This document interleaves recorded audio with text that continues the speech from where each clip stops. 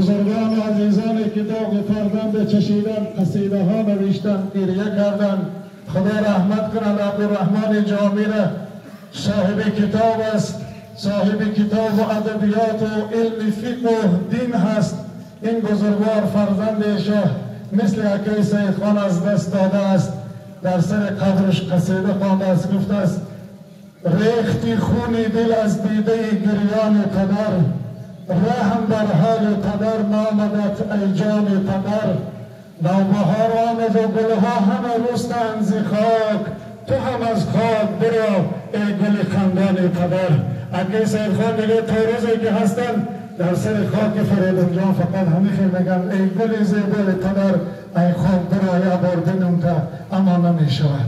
فرزندای عزیز، پدران بزرگوار، از همه شما خواهش میکنم در سر دسترخوان با فرزندای شیرینتان یک لحظه شیشتن غنیمت دانه.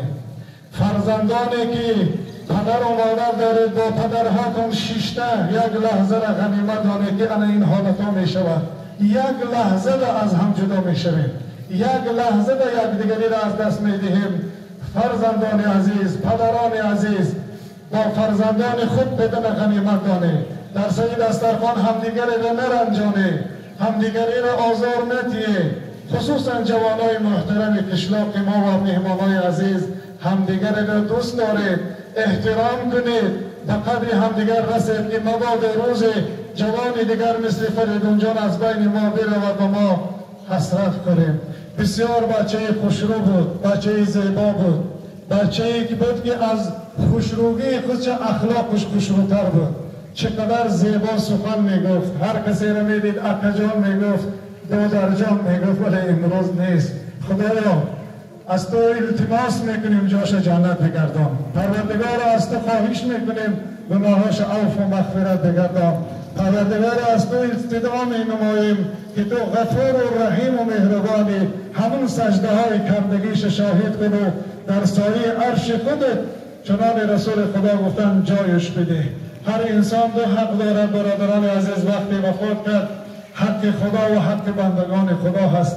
حق الله از نماز و روزه و کمبودی ها را اگر کرده باشد، انشاءالله جوان خوب بود، همه وقت من در مسجد ها می دیدم شد. اگر مبادا در نماز و روزه و عبادت الله کمبودی کرده باشد، به الله می سپاریم. الله غفور و رحیم است. ولی باز هم زاره میکنیم خدایا به حق آن نام زیبایت که در دهانش بود گناهاش بخش. کمبودی در نماز و روزه داشته باشد ببخش.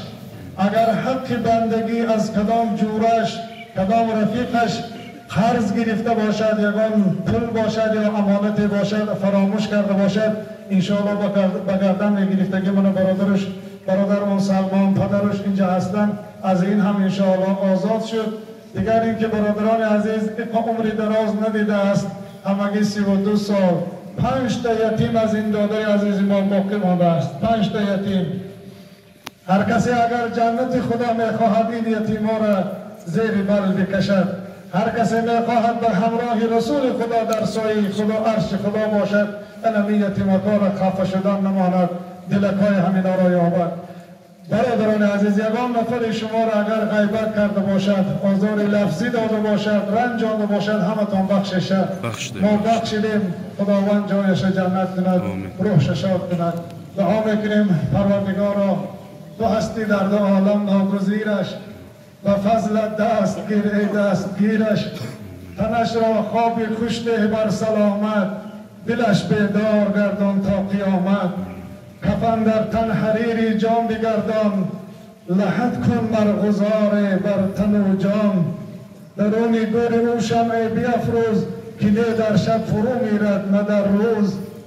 اگر گردیست از دنیای غفلت، بشوی از او با یک باران رحمت. ز سوی آن بهشت جاودانی، در بر روی او کن میتوانی. خداوندا چو در بستن با او از خاک و خیشتش، در بکشای تو از سوی بهشتش.